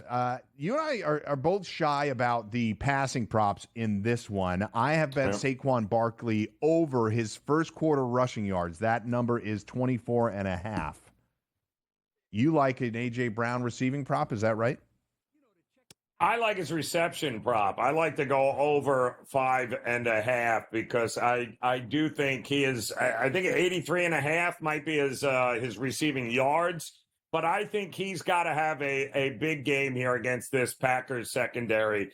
Because if I'm the Packers, I am doing everything in my power to make sure that Saquon doesn't run over me. And if that's the case, Jalen Hurts is going to have to go to all reliable. He's going to have to make some completions here. And I think they'll use him as an opportunity to be able to get into rhythm early in this game. So if I can get to the half, Mike, where I've got A.J. Brown with already 3 receptions or 4 receptions even, I think for sure this thing flies over 5.5 by the time we get to the second half. Yeah, I'm looking at some kicking props as well. Jake Elliott and Brandon McManus, the 2 kickers. Capable kickers. Elliott has had a rough season. Yeah. But we have pretty good conditions in Philly. It's cold, obviously, but we have pretty good conditions in Philly. 39 degrees, no wind, really. And I don't think either team will be shy to take points early in the game. I think I'm more likely to go with Philly on the kicker. So I think Elliott, who It's a little bit dicier, but I think Elliott on the kicking prop over 1.5 made field goals. You can do kicking points, you can do field goal yards, whatever you want to do. But I think Philly will not be shy about taking points early. When it comes to the passing props, I'm much more likely to bet Love than I am Hurts. I think I'm staying away on both. 213.5 for Love. Feels like he's got to be over that. If you think the Packers are going to win, bet all the passing props. Jaden Reed, probably my favorite of their targets, 43.5. I like Devontae Smith over his receptions number. Joe likes A.J. Brown a little more. I think I like Devontae Smith a little bit more, over 4.5. That one's a little bit juicier at minus 146 at the moment. That's from FanDuel, but shop around, see what you can find. So that's it. I think I like Saquon to have a day. Mike. What's that? If you like that, I like Saquon Barkley's longest rush over 21.5 yards. Oh, yeah. I think if that's a good one. I think if Saquon goes, then he gone. Field goal props now, so yep, I guess he this gone. show has a little bit of influence. Just talking about field goal props and we get locked out. So let's see if I can get it. Let's see if I can find it there. Yeah, they took it down. Jeez. All right. Jake Elliott. I don't know, man. We got more influence than I thought. I'm just talking about it, and I'm locked out. So we'll see if we can get it back up there. But hopefully you can get it somewhere. All right, so Saquon, longest rush. That's an interesting one. We'll close it out with the night game. Give me a prop that you like from the night game, because I think we both talked about how this one could be exciting. It's the highest total on the board of the weekend, and we think it can get there. I think Terry McLaurin is the guy that and Terry McLaurin is the number that I like the best out of all the props, of the receiving props. The Jalen McMillan prop that I've been running back week over week for the Bucks, they've taken it up over 50. He hasn't hit that number consistently. He was hitting in the 40s consistently, but over 51.5, a little too high for me. McLaurin at 64.5. If they're going to be competitive in this game, McLaurin's got to be over that number. I agree. And I like that a lot. I also like, to me, Bucky Irving and over his rushing yards prop. It was 90.5. It's probably up higher now. But I like Bucky Irving to have himself a day. It feels like very much like what we just saw with Cooks. I think he's the guy that's going to go over the century mark. And listen, a lot of people are fading Mike Evans because Marshawn Lattimore is in the game here and finally playing for Washington since they traded for him. But I don't know. I mean, I would not be shocked. He's had a great history of shutting down Evans in the past. I don't know. Is he healthy enough to go toe-to-toe with Mike Evans, who's having another ridiculous year here? I might look to fade that idea and look to back Evans in this one. Pretty incredible that they get to face each other in the playoffs. They obviously had some huge battles when Lattimore was in New Orleans and Evans was racking up games. They've had actual fist fights in games and gotten ejected from games. So this is not I don't think these are two guys that dap it up after the game and in the postseason and in the off season and hang out. That's not the vibe that I get from those two. So should be an interesting matchup to watch. And so Joe likes Bucky Irving. I like Terry McLaurin just because I do think this will be a competitive game. It's not me making a prediction that McLaurin's going to go crazy and the Commanders are going to win the game. I think this is going to be an interesting game to bet live as well. We both like Philly. Don't really understand the Packers' money, if there's any. So I'll go with Philly. I'll lay the points here, and I think Philly can just methodically take care of business today in the manner that they want to. I agree. Philadelphia and Tampa for me here. Okay, I'm agreed. All right, next crew is up. Thank you for watching and listening. We'll see you next week for the divisional round.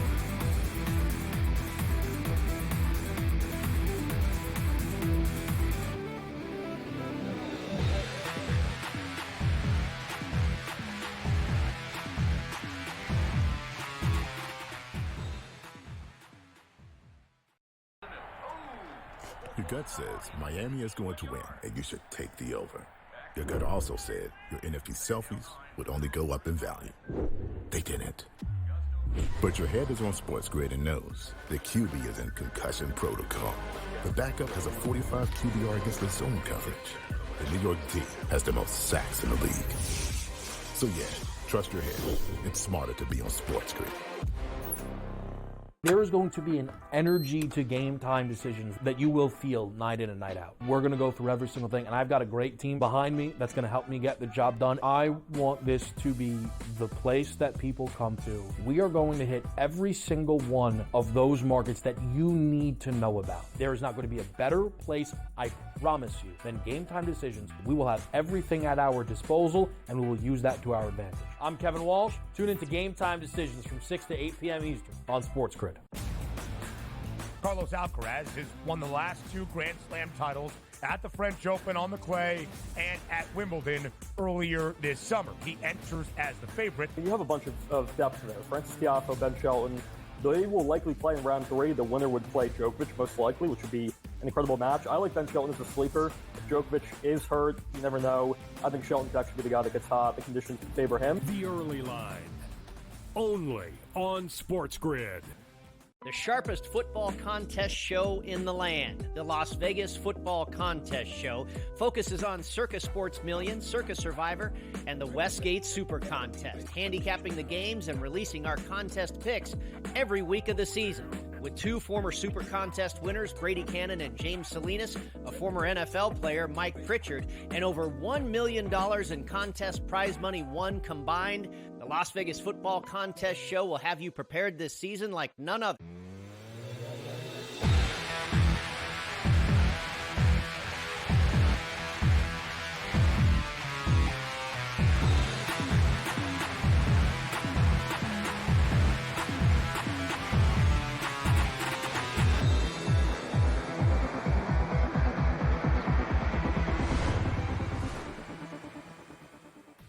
Welcome in, everyone. This is in-game live pro football game day here on SportsGrid. 3 games across the NFL today, and so far, 1 winner, and it wasn't all that close. The Buffalo Bills easily took care of business at home, even cleared their team total over on the way. Just a dominant 30-plus point performance, it feels like, every single time they're in Buffalo for the Bills Mafia to witness in person. This was a convincing 31-7 win over the Denver Broncos. That means next weekend we have the marquee matchup in the divisional round between the 2 most valuable player hopefuls.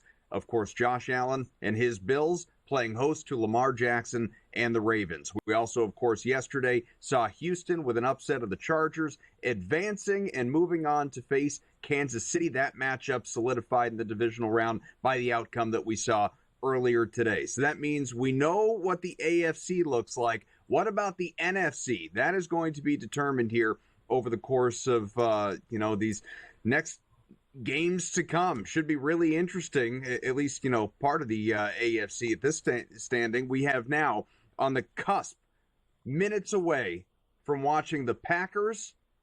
A little bit of line movement, now 5.5-point dogs at Jalen Hurts and the Eagles. What's he going to look like after a couple of weeks in the concussion protocol? Let's explore all of it and get into, of course, what our same-game parlays are going to look like that we can root on throughout the next few hours here with you. I am Adam Kaufman, and here to give you some bets right off the hop, same-game parlays with Scott Wetzel and Joe Madden. Here, Philadelphia, obviously Green Bay. I'm going to grab the Eagles here. I do think they win. I actually think they cover the spread, but I got to go conservative here because it's going to pay over 12-1 with the number of pieces I got in. So no sense losing this for some goofy reason because Green Bay gets an, oh, by the way, touchdown. But I think the Eagles do win, minus 250 on the money line. Why? Green Bay, here's the stat I really enjoy and I look at.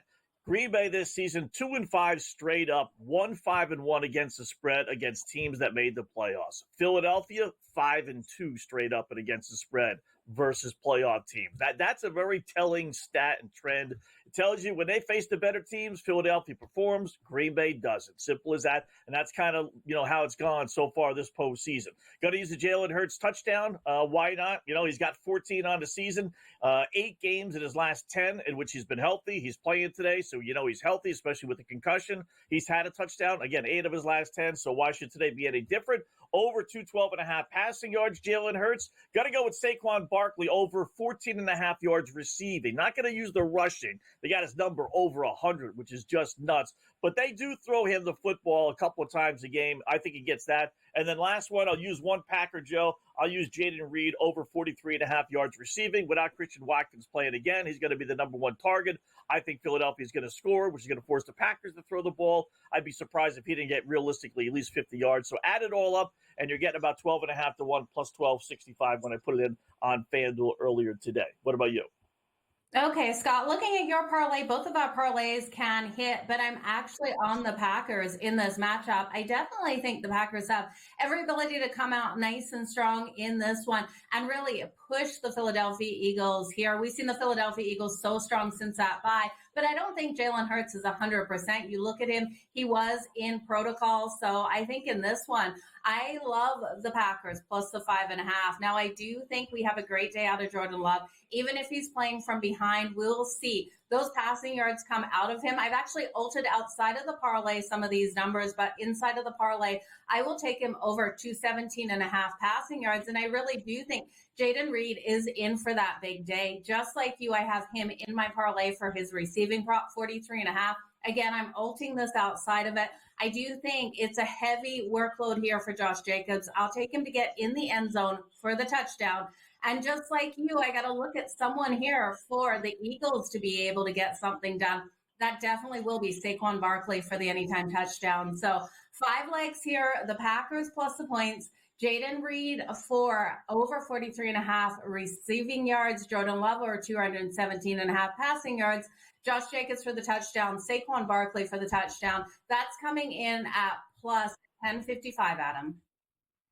Well, 2 monster parlays, obviously, for people to be chasing over the course of the next few hours. Should be a lot of fun to monitor those as we go along. I want to, obviously, I know this game is going to kick off momentarily, but unless we get a touchdown right off the hop, we'll have some time to explore what that spread, what the total look like as far as the closing lines, and what makes the most sense as far as investments. We know that's listening. God believes the Eagles win. Joe, the Eagles win, but the Packers keep it close. But how should we bet it? Right now, we'll be back.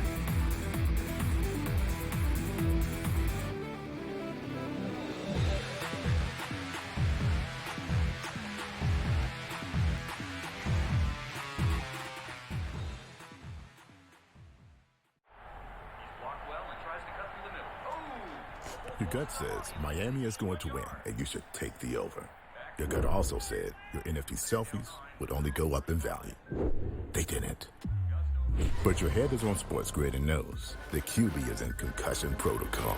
The backup has a 45 QBR against the zone coverage. The New York D has the most sacks in the league. So yeah, trust your head. It's smarter to be on SportsGrid. The 2 guys that can do it all. Too much electricity this morning. This is a good time. We're having a lot of fun. I had to do a triple take. Ka-ching! Why? Because of parity. I didn't mean to offend. Yeah, it's not going to happen. Load management is a dirty word. Let him rip. You know what? Circumstances provide the results. What? How do you do this one? Oh, Donnie, you got such a good show there. A network that is booming. The Early Line, only on SportsGrid. Anyone that's been to a sporting event, the atmosphere before a game, I think Game Time Decisions has that same exact atmosphere. This is our arena. This is what we do. There is going to be an energy to Game Time Decisions that you will feel night in and night out. The excitement you get when you lock your bets in, when you're figuring out what you want to do, we can zone in on the biggest games each night. I want this to be the place that people come to before the games start so they feel as ready as possible to lock in their cards. We are going to hit every single one of those markets that you need to know about. We're going to go through every single thing, and I've got a great team behind me that's going to help me get the job done. There is not going to be a better place, I promise you, than Game Time Decisions to get that new information, react to it, and be able to then bet accordingly. We will have everything at our disposal, and we will use that to our advantage. I'm Kevin Walsh. Tune into Game Time Decisions from 6 to 8 p.m. Eastern on SportsGrid.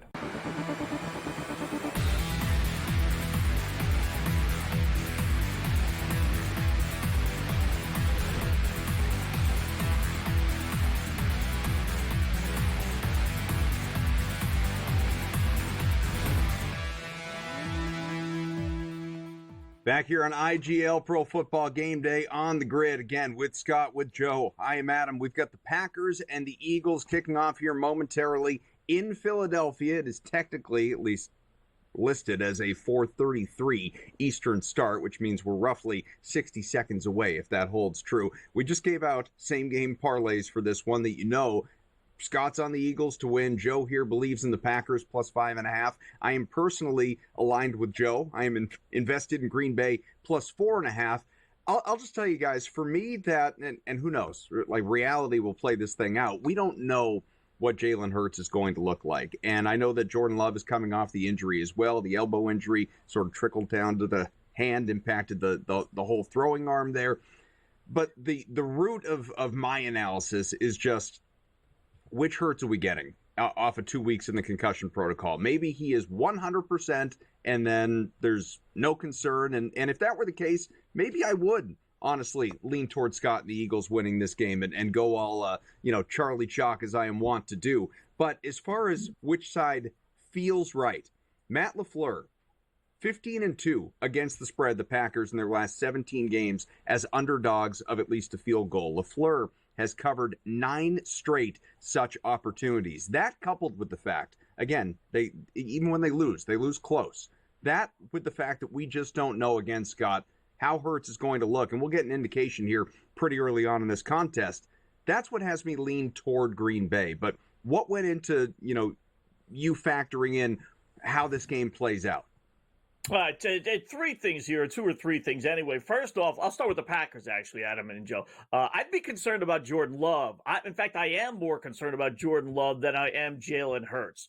Jordan Love, the Packers called up Sean Clifford from their practice squad. They don't generally have 3 quarterbacks. And if they have a third quarterback, that tells me, they're not, 100% sure maybe Jordan Love is fully healthy. 2, this is a concussion for Jalen Hurts. It's not a knee, an elbow, an arm, a finger, or whatever the case may be. This is an independent doctor having to give approval. And, being a Dolphin fan, I've lived this for 3 years with Tua. You don't get approval, guys, unless you are 100% okay you could play. Again, it's not a foot or a knee where, okay, I'm going to give it the college try. I'm 70%, 80%, but, who knows what's really – so I am expecting 100% Jalen Hurts. I don't think anything is going to change. I think they'll run the dopey push-tush. I think they'll run him quite a bit. So I'm expecting a full, 100% Jalen Hurts. And because of that, I just think Green Bay is the inferior team. Those numbers are great. No 2 ways about it. And I can give you a list of others for Green Bay. They're great against the spread numbers. But when I got a healthy Philadelphia team, arrested Saquon Barkley, didn't like the fact that they sat him last week, but they did. You put all that together, I'd be real surprised. This is one of my better plays today. I love Philadelphia. I don't like the fact that it's 5.5. It's bumping up there, but I don't think they're going to win by 5. So if I'm willing to lay the 4.5, reluctantly, I'll lay the 5.5 as well. Joe? Yeah, for me, it's just I look at these 2 teams and I think in such a heavy, dominant run game out here, we're going to see the Packers be able to hold this tight. And I trust in Jordan Love, even with the injury concerns with him, to be able to get things done in clutch moments out there. Jalen Hurts, I look at him and I look at Hurts and what – with the concussion, Scott, I'm more worried about that. I know the doctors have cleared him that he has to be back at 100%, but I look at quarterbacks also coming back from those concussions, and it is a hard thing for them to get out there on the field. So I think the Packers have even every opportunity to win this outright, to pull off the upset. I got them when they were plus 4.5. That line has moved to plus 5.5. I threw that inside the parlay And I also sprinkled straight up on that money line. I'm looking for Josh Jacobs to completely feast out here on the ground, but we know Saquon Barkley will do so on the other side. But I do think we're going to see that passing game out of Jordan Love. I'm expecting Jordan Love to really get that ball moving nicely to Jayden Reed. Jayden Reed coming in here with that 43.5. Like I said, you guys, ulting his numbers to 60 plus receiving yards is coming in at plus 205. I'm also looking to ult Jordan Love's passing yards to 275 plus. That's coming in at plus 320. I think we have a big day out of them. I think we're going to see more points than expected in this matchup here. Some quick scoring out of these two, even though we've got a dominant and heavy run game, Adam. You mentioned Josh Jacobs feasting. Let's talk about some of these props because the game is not kicked off yet. They're still in the national anthem of guys out there in the field playing the saxophone. So it gives us a little bit of time here to, blow our horns when it comes to Barkley and Jacobs. Barkley in particular is interesting to me for a couple of different reasons. It's a massive number. 103.5 is the rushing yards prop on FanDuel. 120.5 is that combo rushing receiving number. Now, if you believe, because again, it sort of goes back to what Scott was talking about. If you believe that, hey, independent doctor and all that, Hurts is going to be Hurts, he's completely normal, he's going to be what we're used to seeing, then sure, you have to think about that 9.5 rushing attempt prop and how much is he going to be out there and sort of, risking, head and limb and all of it. And just sort of caution to the wind, we're trying to win a playoff game here? Or is he going to be a little bit more reserved, say, okay, well, I'm good enough to be out there. I'm not necessarily going to want to run head first into a pile of tacklers out there. I need to play this thing more conservatively, which means potentially more Barkley. And so do you guys look, and Joe, I'll start with you here, do you look at Barkley and that big number and say, yeah, I mean, given what we've seen from him, given what we saw all the way back in Brazil in week 1 between these two teams, I think he's going to clear that number despite the Packers' run defense improving over the course of the year?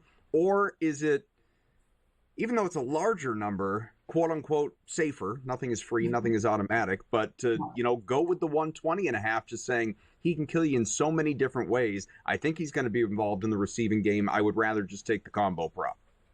The Packers have to come out with an answer for Saquon Barkley. Saquon Barkley is such a huge playmaker here for the Eagles. His numbers are so high, and they are so high because of what we've seen all over the season, Adam. I want to wait till this game kicks off, see if we can get a better number here. If Saquon Barkley isn't involved in the game, we're going to get that rushing prop under 100, and that's where I want to come in on it. I expect him to clear 100 today. 103.5 is a lot to ask, especially when I'm expecting the Packers to find an answer. Now, I think if you want to jump on Saquon Barkley, you look at his touchdown, his anytime touchdown, though, highly juiced. You have to take him for 2+ touchdowns to find any value. He has been able to do this versus the Packers, and we know multiple touchdowns in so many games this season, so that's coming in at plus 350. I would rather look at him for multiple touchdowns than count on him for that rushing prop over 103.5 or the rushing and receiving for 120 plus. So what about you, Scott? Yeah, it's why I use the receiving in my same game parlay. I mean, listen, chances are he gets 100 yards. He's had that in 1, 2, 3, 4, 5, 6 of his last 7 games, and he's coming off a week rest. So chances are he probably does get that, but I can't do that. I didn't do it last night, and it cost me, with Derrick Henry. It may be the same thing today, but asking for 100 yards, like it's no big deal. I can't do that. So, but I do think he's going to combine, Adam, whether it's just the receiving, and I did consider receiving and rushing, but I just, I flip a coin, and I went with the receiving of over 14.5 yards. He gets that about half the time. Not lately, I will say, but it does generally get that. And I think in a playoff game, they're going to get him the football as much as possible. So, but I would be more comfortable with either the combo or the receiving than I would asking for 104 yards. Scott, Joe mentioned that she's high on Jacobs. What about you? 71.5 for Josh Jacobs rushing, and that receiving number is up in the low 20s. Yeah, I mean, listen, ideally, I think they would love to give him the football, but I just think they're going to have to throw the ball. I think Philadelphia, which is top 10 in rushing defense, is going to force them to throw the ball. And let's see what Jordan Love has. Let's see what the Packers have without their best wide receiver. Another reason why I like without Christian Watkins. So it's a modest number. I would take it, but I don't think he's going to go for like 120 like Saquon could. All right, finally, all these minutes later. What was listed as 4:33 evolved to 4:41. They've kicked off. They're getting underway. The Packers and the Eagles. We're going to explore it, dive deep, look for in-game betting opportunities, root on these same-game parlays, and also talk about the Sunday night game, Monday night game that we have in front of us here in the wild card bracket.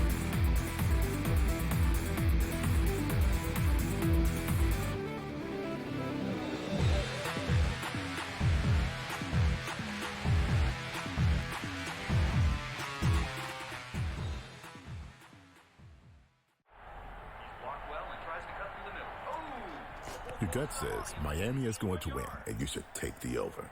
Your gut also said your NFT selfies would only go up in value. They didn't. But your head is on SportsGrid and knows the QB is in concussion protocol. The backup has a 45 QBR against the zone coverage. The New York team has the most sacks in the league. So yeah, trust your head. It's smarter to be on SportsGrid. The two guys that can do it all. Too much electricity this morning. This is a good time. We're having a lot of fun. I had to do a triple take. Ka-ching! Why? Because of parity. I didn't mean to offend. Yeah, it's not going to happen. Load management is a dirty word. Let him rip. You know what? Circumstances provide the results. What? How do you do this one? Oh, Donnie, you got such a good show there. A network that is booming. The Early Line, only on SportsGrid. Anyone that's been to a sporting event, the atmosphere before a game, I think Game Time Decisions has that same exact atmosphere. This is our arena.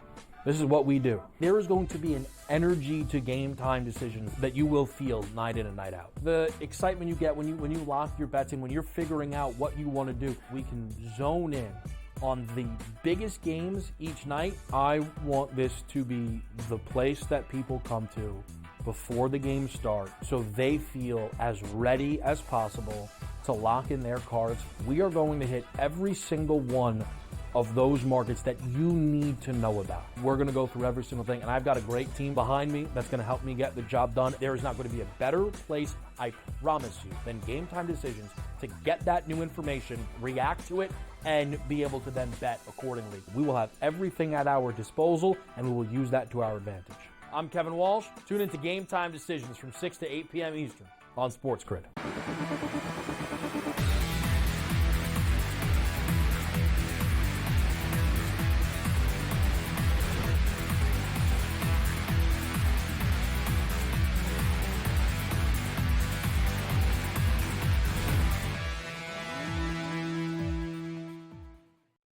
Got a note here from our friend Brady Cannon, typically joins us late in this show. Won't be available to us today. We'll have Tom Vecchio on later to talk through Wild Card Weekend. Look ahead to the Sunday night game. Should be a lot of fun. High-octane offenses between the Commanders and Buccaneers. That one a few hours away. But Brady says Wild Card round holding up to the 88% of the time that the team that covers the spread also wins the game.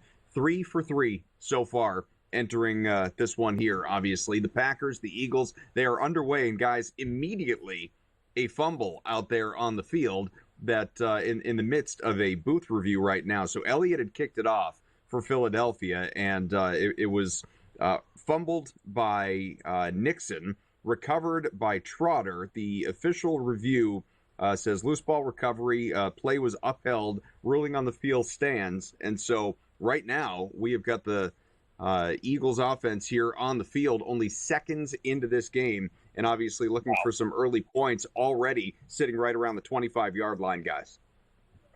Wow, that's amazing. I will say this about, first off, that stat. That's about the norm.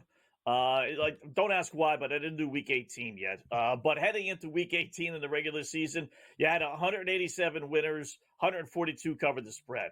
It's kind of like a misnomer stat because what you're forgetting about is as if the underdog wins, well, they're all covering the spread because they're the underdog. So you really are just throw out the underdogs and then ask how many favorites won and didn't cover. Then that's your kind of real number. But it is generally 75 to 80% over the years I've been doing this. I've been doing it for a long time. That's the norm. As far as the game goes, I mean, geez, you talk about worst case scenario, right? I mean, holy fuck, this is, you couldn't have pictured a better performance or start for the Philadelphia Eagles. This is the last thing. Nobody wants to be trailing, right? But if you're Green Bay, like I was talking about with Josh Jacobs, you want to be able to utilize him, take the clock off, keep the Phillies offense off the field, make it a running game, win this thing 20-17. I don't think they want to get into a shootout. So, Joe, the worst case scenario, outside of actually Philadelphia scoring here has happened with Green Bay.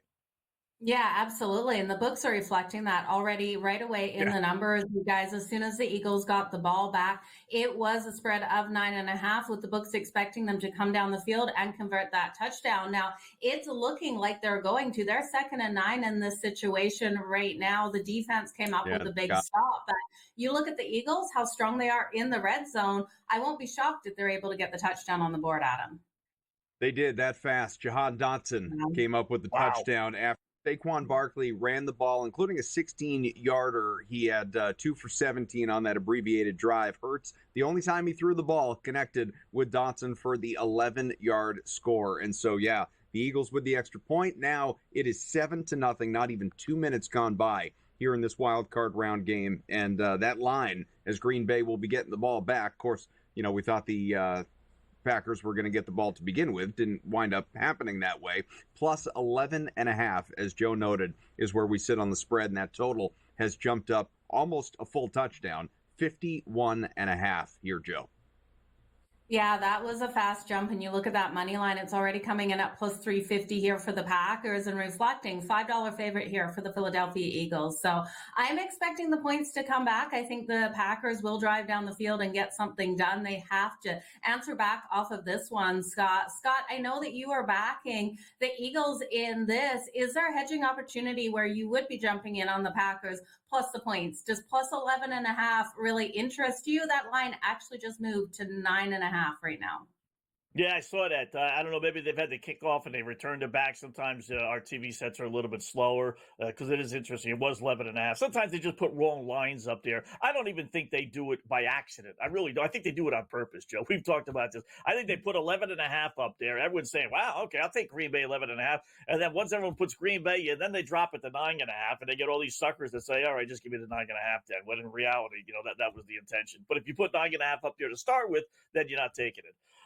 No, I would not. I think Green Bay wins, or I think Philadelphia wins this one by double digits. I did. They did play earlier in the year. We had 60 points in that game. I didn't have a good read on the over-under. Just knowing that Green Bay, I thought, was going to try and take the air out of the ball. So it's a rare game where I didn't have a good feel for the over-under. But at this rate, the 51.5 is a pretty good number. I will say this for Packer fans. Don't rip up the tickets just yet. Just keep in mind, Houston Texans were trailing 6-0, or LA Chargers were leading 6-0. The Denver Broncos game earlier was leading 7-0. So we've had these early starts and not necessarily turn out to be victories. So Scott, Joe's fandom and my wallet asked that you not bring that game up again, and we focus solely on the. Okay. That would be great. Commanders, Buccaneers, of course, late night, and we got the Vikings and Rams tomorrow, which is, by the way, the game that I am most looking forward to of Wild Card Weekend. Really interested in seeing how that one plays out. We'll be able to preview it later. We have loads of time, but the kickoff is they're getting set for the kickoff. Has not happened yet, so this game's already moving at kind of a slow pace here. But again, Philadelphia, I guess there's not much that we can necessarily take from that opening drive for Philly, Scott, because it was so abbreviated. But, anything that, whether it's the poor run defense from the Packers because Saquon was able to, rip one off for 16, or again, Hurts being perfect on his only throw so far. And it was a beautiful throw for, anyone that didn't have the opportunity to watch it, able to find Dotson just sort of streaking across the back of the end zone. I mean, is this leading you to believe that, okay, everyone's fine, the Eagles offense is going to be the Eagles offense, and good luck, Green Bay? Yeah, I tell you more. I know it sounds goofy. They only had 28 yards to go, right? But it would have been nice for the Packers to put up some kind of stand, as you were alluding to there. I mean, just make them get into third down, for goodness sakes, let alone let them score basically 3 plays later. But, you wonder how much is Philadelphia going to score. And for a guy like myself who has, I put in a couple of different, same game parlays. One has Jalen Hurts with a touchdown. Another one has Saquon Barkley with a touchdown. We get a touchdown, and yet neither one is scored. So it's kind of like I'm thinking Philadelphia is going to score 3 to 4 touchdowns today, and I've used up one of my bullets. So now I only really probably have 3 touchdowns left, and I got to get at least one of these 2 to be able to get in. I did not have a same game parlay with Johan Dotson. I have to say that was above my pay scale on that one. Yeah, I don't know what his first touchdown number was. Joe probably has these memorized, but I'd be willing to bet that anyone, and members of Dotson's family who may have, invested there, profited. Good on you. See what the Packers can do with their first opportunity. Right back.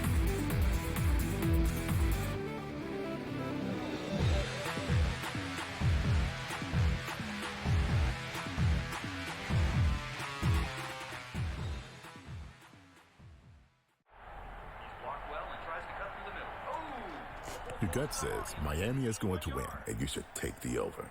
Your gut also said your NFT selfies would only go up in value. They didn't. But your head is on SportsGrid and knows the QB is in concussion protocol. The backup has a 45 QBR against the zone coverage. The New York D has the most sacks in the league. So yeah, trust your head. It's smarter to be on SportsGrid. The 2 guys that can do it all. Too much electricity this morning. This is a good time. We're having a lot of fun. I had to do a triple take. Ka-ching! Why?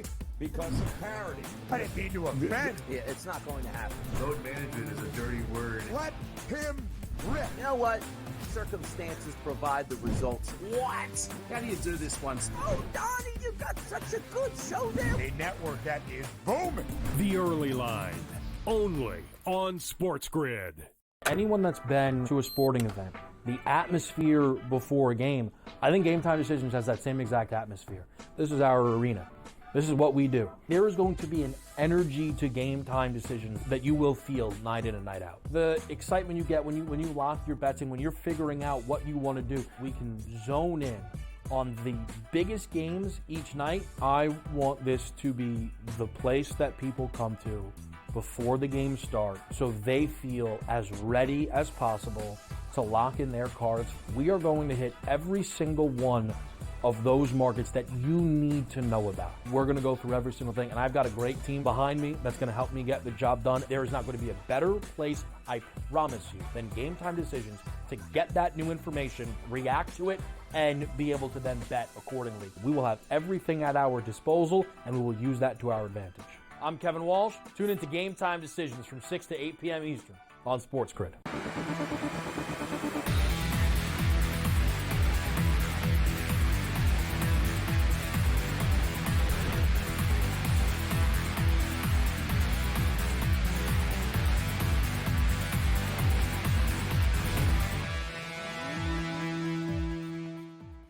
Back here in-game live pro football game day where the Eagles are leading at home against the Packers 7-0. Only about 3 minutes into the opening quarter in this one. We had a Green Bay turnover, effectively, fumbled the opening opportunity off the kickoff. The Eagles got the ball with a short field. It was Jalen Hurts.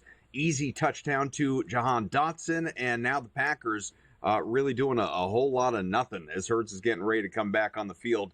3 plays, Jordan Love 0 for 2 on his passing attempts, nearly picked off, and Josh Jacobs a measly little 2-yard rush so far here, Joe. Look, it's one drive. It's one drive. Yeah. By the way, Wicks with both those targets. So at least early on, Love's kind of had tunnel vision here. Anything that indicates anything at all from that opening drive, or is it just one bad series? Let's see what we get next time. Yeah, definitely a bad series. Not the start that the Packers wanted, but let's look at the positives. Positives, the offensive line didn't allow Jordan Love to get sacked. Did the pressure come? Absolutely. The Eagles did push him out of the pocket. He had to scramble. He tried to throw those balls, and yes, he almost got intercepted out there. So he has to be more careful, Adam. And something I love playing is those defensive touchdowns off of the pick. Something that you can definitely look at investing still in is a defensive touchdown for the Eagles. If you think Jordan Love is going to be under this pressure and make those mistakes. The books definitely thinks he's going to throw that interception. We've been talking about how long it's been since he's thrown that interception. It's been all over, but the books have him for the anytime interception at -180. So they think that's coming. For the Eagles for the defensive touchdown, it's +480, which isn't as much value as you normally get. If you think the Packers can get that, that's coming in at +780. But I do think it's a positive. He wasn't sacked. He didn't throw that interception.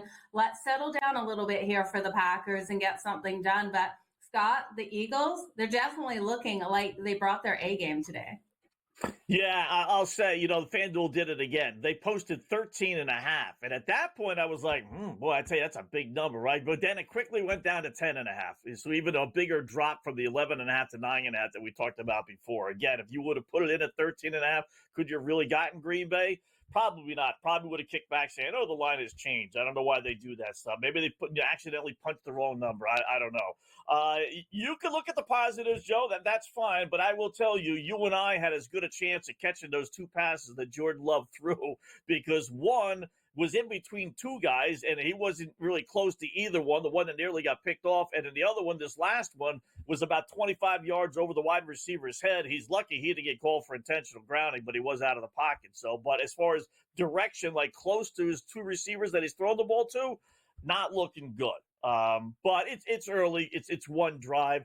The concern now is, pretty good field position for Philadelphia. Keep them off the board again. Don't let this get to a 2-score game. But with their hand injury, thumb injury, whatever it was, they were with Love. I would be a little concerned with his first two passes. Wouldn't write them off, but just like, and that's not looking good. Before I put any American hard-earned money or Canadian, Joe, on Green Bay, I'd like to see him throw the football. Let me see him get a completion before I start, throwing money away. And that lines up to 12.5. Philly's starting right around its own 40 here. So obviously, like you said, great field position, Scott.